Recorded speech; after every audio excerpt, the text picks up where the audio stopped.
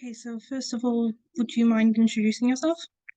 Yeah, no worries. So my name is Dafydd Hedd. I'm a indie singer-songwriter, and I also run a gigs company called Gigs Cefn Car. Mm. First question I'd like to ask is, do you have any influences or anyone who's given you any inspiration? Not really, to be fair. It's a bit of a strange. It's a bit of a common question. I've got quite a strange answer to it usually. So it's like when I was starting music, it was actually because I'm autistic, and then one of the things that I had when I was a child was musical therapy, and don't know, because I used to be like kind of my special interest at the time was sort of numbers, and that obviously wasn't great for sort of like making friends and socializing. So what ended up happening in the end was I got given sort of like music theory to try and broaden my interests a bit more, just so I could make it easier for me to like socialize at school. And then when I was 10 and 11, I had the what's it called, Kid Zoom camera, weirdly enough, and I got like a keyboard for Christmas before. Mm. And I just started sort of like making beats on that keyboard, recording it with the camera, and sort of taking those recordings and sort of making them into songs. And then it wasn't very good at the start, but then I just sort of started to carry on and carry on, and then I started learning more about the music industry. Started learning about what a DAW was, digital audio workstation. I started recording on Cubase, and then started releasing stuff when I was 16. But in terms of the stuff that I was releasing, I don't really stick to sort of like one genre. I sort of mess around with a lot of them. So my most sort of prolific ones, I say, are sort of indie as a general umbrella, and then also electric dance music as well. So I quite like house sort of stuff. So I did listen to quite a bit of the top 40 when I was a kid, just because it was easy. Everyone sort of knew the lyrics. It was easygoing music, but also my parents were quite into the sort of punk and the rock scene when they were when they were growing up, and obviously I was surrounded by a lot of sort of Nirvana, Ramones, so I really liked the grunge scene. So probably that if I had to put an influence, but it's just it comes from a lot of different places, so it's hard to sort of pin it down to what one or two sort of main sources. Okay. No worries. Out of everything that you've done so far, do you, is there anything that you specifically like about or enjoy about making music? Like, is it the live performance or? Yeah, no, there's different parts to the music industry, I think, in my experience, that I sort of that I've liked over time, and then I've not liked, and then I've sort of like liked again, and there's also bits that I've sort of like come a bit later that I used to like, and now it's kind of a bit of a pain. So at the moment, I say definitely my favorite thing about the music industry is the performing aspect, the sort of creating connection with the audience. I mean, I remember I had a gig in Bristol, and yeah, it was a gig where I was not really looking forward to it. I had a lot on. I had other things that I needed to get on with, and I was sort of. I mean, the band hadn't practiced in a while. And we were just sort of thinking, we just wanted to get the gig over with in a way, and it was like a venue that we it was because in Bristol it was a show where you kind of had to market the show yourself. So the venue didn't do sort of any marketing at all. It was completely up to us to sort of get the people to come, and we weren't doing a very good job of marketing, I don't think. So but it was really good. We got 60 people there in the end, and it's just a really, really good show, and people were dancing and really interacting. So, it's sort of just random people coming to see new music. That's a really special thing that I've sort of experienced. And obviously putting shows on myself, I get to sort of be on the other side of that interaction as well. The things that I also like about making music is the sort of if you've got a lot on your mind, if you pick up a guitar or an instrument for half an hour and just jam, just sort of sing freestyle, I suppose, about the things that you're thinking about. It's a really good way of sort of not letting it get you down, or not letting you stress about it too much. And then the other thing that I don't like so much, I quite like the business side of music as well, to be fair. The sort of money side. I do economics at uni, so it's quite interesting to sort of see how a lot of the stuff works with taxes. I mean, usually that's the bit that people hate about the music industry. There's so money in the business side, but I don't mind it that much. What I do hate though is marketing.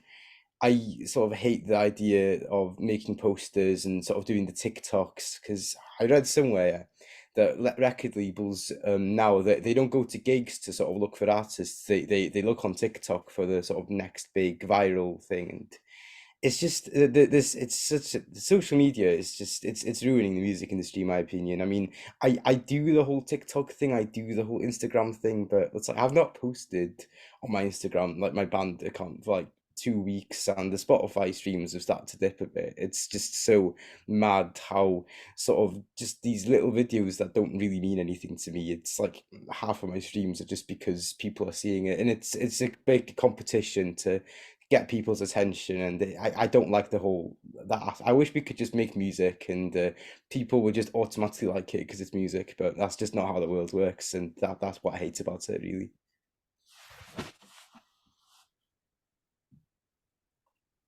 So obviously just you talked a few seconds ago about one of your live performances. Is there any show specifically that you've done where it has been your favorite so far? Favorite show? God, I'd need to think about that, to be fair. Gosh, I've had a lot of really good shows and a lot of really bad shows, so I'm just trying to think. I- I've got like on my website I have like this thing that says what shows I've done. It's like a gig map I've done, so can I check that and sort of come back to answer you because I think that would I'd be able to give a better answer if I actually was able to tell you what show, and if I see what it is, I can probably then tell you like properly like why I think it was one of my favorites. So I'll just be a second checking Humano gigs. There we are.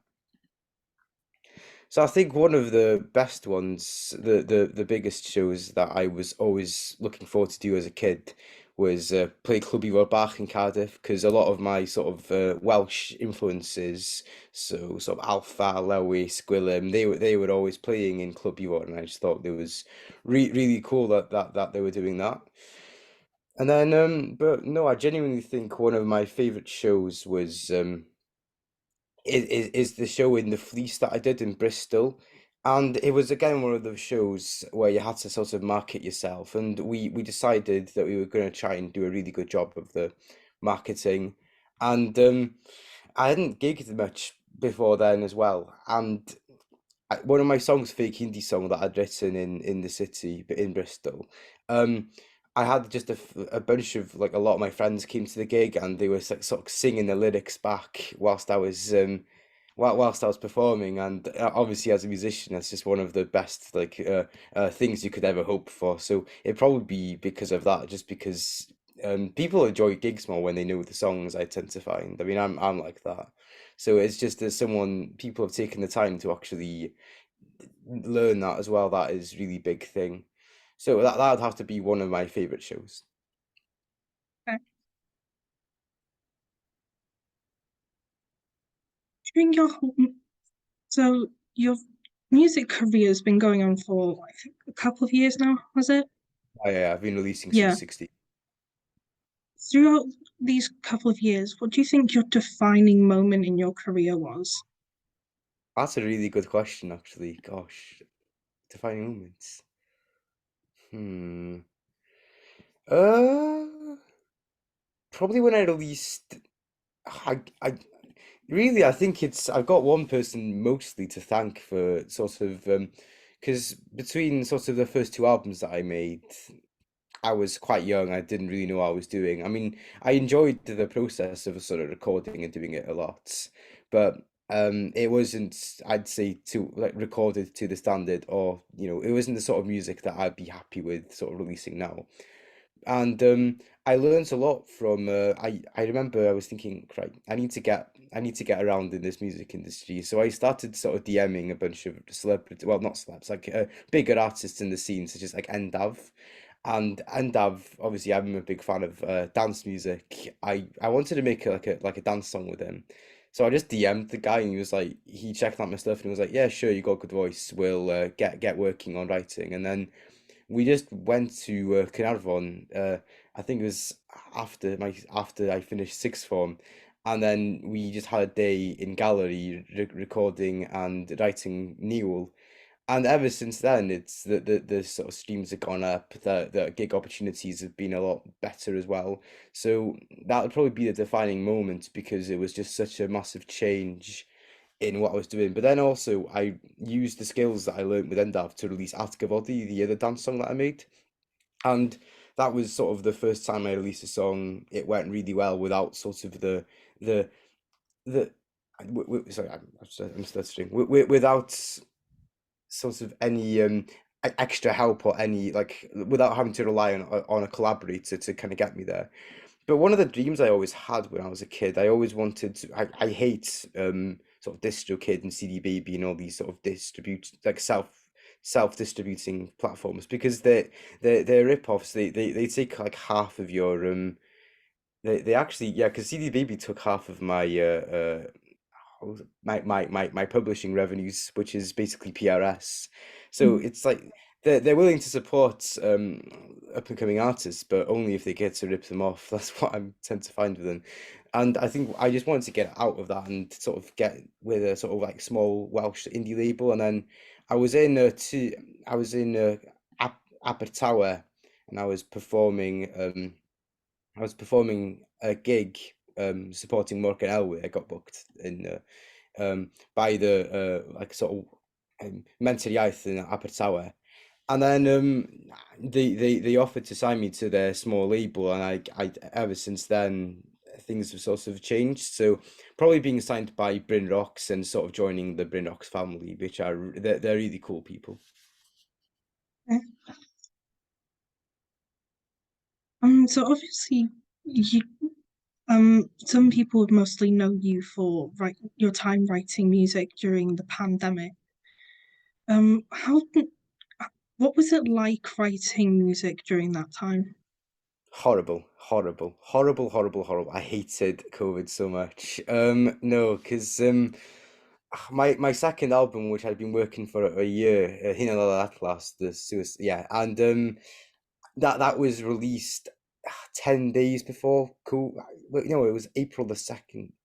I don't even know. Yeah, I think it was released during like I think 2 weeks after lockdown, and I had a bunch of gigs that I was planning to do. You know, I was going to do a launch gig in Lochwen and Bethesda where I'm from, cancelled. Everything else cancelled, and it was just everything about the music industry that I hated. It was just so much more important. So, you know, the whole marketing thing, having to record everything online, videos, not getting that fan to fan interaction. It's really bad. And then obviously because COVID is such a nasty thing for your mental health, the lockdown wasn't good, you know, you were very isolated. I noticed that the subject matter I was writing about was really, really, really bad. It was just sad. Like my entire EP that I wrote during lockdown. I like the EP, but I hate listening to it because it's just reminds me of just how sad of a time it was. I mean, Cochi Arbahun is literally about me disassociating and losing my personality. So you can imagine how my head was during lockdown. But it got me through it, to be fair. I mean, because as I said, I was quite, as everyone else was suffering. And then if you're able to write and sort of, I suppose, eloquently put that into a form of art, then it's almost like you can look back at that. That's a part of you that's sort of like detached in a way. And yeah, you just feel a lot better after being able to know how you feel because if you want to write a song about your feeling, you actually need to know how you feel, and that's one big important. It's very important to know how you feel when you're not doing good. So there was like good and bad. The good was obviously you get to sort of learn more about yourself. You get to put yourself out there, and it's a hobby. It keeps you because obviously the worst thing about lockdown is if you've got like nothing to do and you're just not keeping busy because that then you know bad habits can form and you know you can just end up doing really stupid things.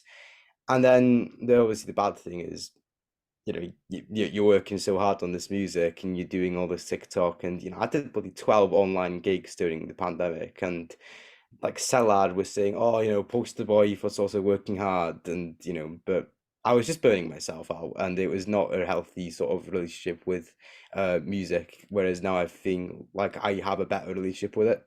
I don't know about you.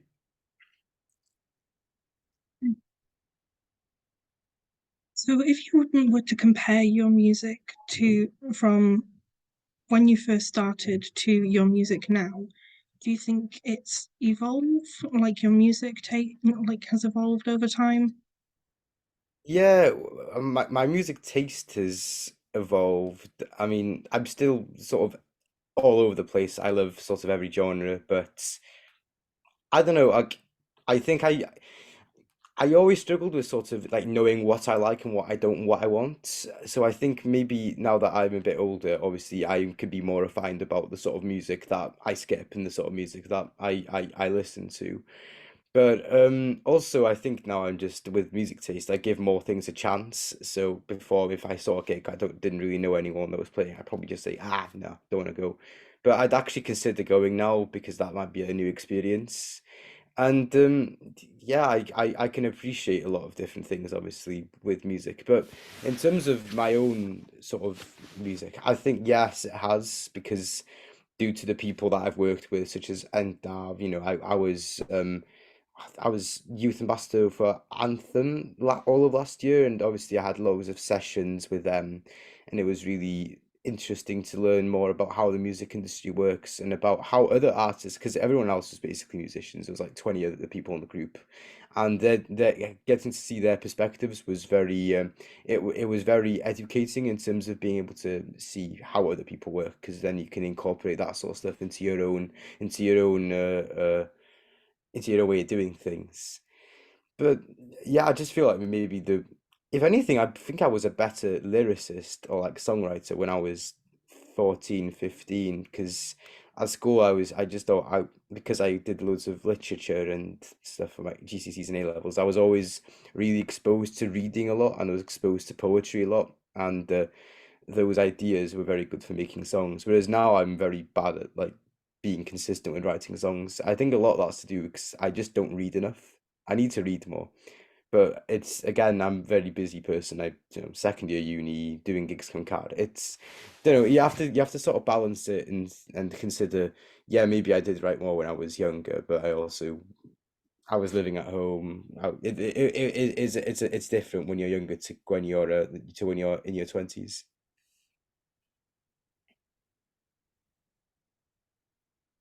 Do you think do you think you'd be able to give any advice to any young musicians who are starting out their music career? Definitely. Reach out to people and try and find a mentor because you're going to learn a hell of a lot more by talking or just having the guidance of someone that's already had to do the whole trial and error, finding things out for themselves. There's a really good resource called the Anthem Gateway, which I'd have to recommend. It's a network where I think if you just go to the Anthem, or if you just Google Anthem Gateway, it's a website and it has video sessions from all types of musicians that are, you know, showing you how sort of when it comes to it, self-assessment taxes work, how sending music off to Spotify works, how the different processes for songwriting, how to get gigs, how to find agents, how to find AR. I mean, I've never done sort of agents or managers, but if it comes to it, it is useful to sort of know how to find these things. So I'd have to recommend the Anthem Gateway very, very highly, but also just from a sort of mental health perspective of don't let yourself get too consumed by sort of numbers and streams and a lot of people I find now because of the whole TikTok um day and age we live in, people are just looking to go viral and the chances of that, I mean, it is there, but it's 1 in a million.